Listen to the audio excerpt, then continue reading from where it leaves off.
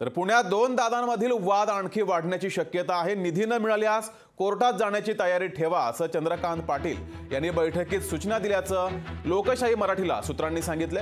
लोकशाही मराठीला सूत्रांकडून ही माहिती मिळते। अजित पवारांनी जिल्हा नियोजन समितीतील भाजपाच्या सदस्यांना कमी निधी दिल्याचा आरोप केला गेलाय। चंद्रकांत पाटलांच्या भूमिकेमुळे आजी माजी पालकमंत्र्यांमध्ये संघर्ष वाढण्याची शक्यता आहे।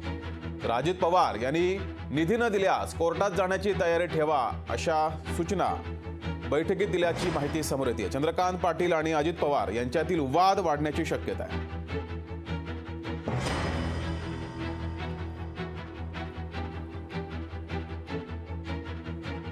त्याविषयी अधिक माहिती घेऊया। आपले प्रतिनिधी अमोल धर्माधिकारी आपल्या सोबत जोडलेले आहेत। अमोल, खरं तर जेव्हापासून राष्ट्रवादी भाजपासोबत आले तेव्हापासूनच अजित पवार आणि चंद्रकांत पाटील यांच्यातील वाद आहे।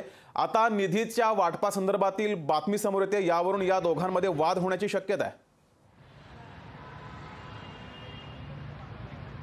खरंच आहे जगदीश, आणि काही वेळापूर्वीच जे नाराज सदस्य आहेत जिल्हा नियोजन समितीमधले त्यांनी चंद्रकांत पाटील यांची भेट घेतलेली आहे। आणि खरं तर याआधीच त्यांनी ज्यावेळेस जिल्हाधिकारी आणि विभागीय आयुक्तांची भेट या सदस्यांनी घेतलेली होती, त्यामध्ये जर निधी आहे तो आम्हाला व्यवस्थित मिळाला नाही तर आम्ही कोर्टात सुद्धा जाण्याची तयारीत आहे असं सुद्धा त्यांनी म्हटलेलं होतं आणि पत्रात तसा उल्लेखही करण्यात आलेला आहे। आणि त्याचमुळे आज जी बैठक चंद्रकांत पाटील यांच्या उपस्थितीमध्ये झालेली आहे आणि यातले काही सदस्य आज चंद्रकांत पाटील यांना भेटलेले आहेत, त्यावेळेस त्यांनी ही त्यांची व्यथा आहे, म्हणजेच निधी कमी दिल्याचा आरोप त्यांनी केलेला आहे।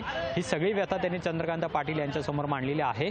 चंद्रकांत पाटील यांनी सुद्धा आपण अजित पवारांशी बोलू आणि निधी वाढवून द्या अशा प्रकारची मागणी करू अशा प्रकारचं त्यांना म्हणणं आहे ते सांगितलेलं आहे। पण जर निधी व्यवस्थित मिळाला नाही तर कोर्टात जाण्याची तयारी सुद्धा ठेवा असं सुद्धा चंद्रकांत पाटील यांनी या सदस्यांना दिलेला आहे। आणि त्यामुळेच आगामी काळामध्ये या दोन दादांमधला जो वाद आहे तो आपल्याला आणखीन वाढताना पाहायला मिळू शकतो। ज्यावेळेस चंद्रकांत पाटील हे पालकमंत्री होते त्यावेळेस राष्ट्रवादीच्या सदस्यांना निधी दिला जात नाही अशा प्रकारची ओरड केली जात होती, मात्र आता अजित पवार पालकमंत्री असताना भाजपच्याच सदस्यांना निधी कमी दिला जातोय आणि निधीबद्दल त्यांना डावललं जातंय अशा प्रकारचा आरोप करण्यात आलेला होता। जवळपास भाजपचे 10 सदस्य आहेत, त्यांनी काल एक पत्रक काढून याबाबत व्यक्त केलेली होती। आणि त्याचमुळे आता दादांनी जे काही विधान केलेलं आहे की गरज पडल्यास न्यायालयामध्ये जाऊ, त्यामुळे दोन दादांमधला जो संघर्ष आहे तो आपल्याला पुणे जिल्हा नियोजन समितीच्या निधी वाटपावरून रंगताना पाहायला मिळणार आहे। धन्यवाद अमोल दिलेल्या या माहितीबद्दल।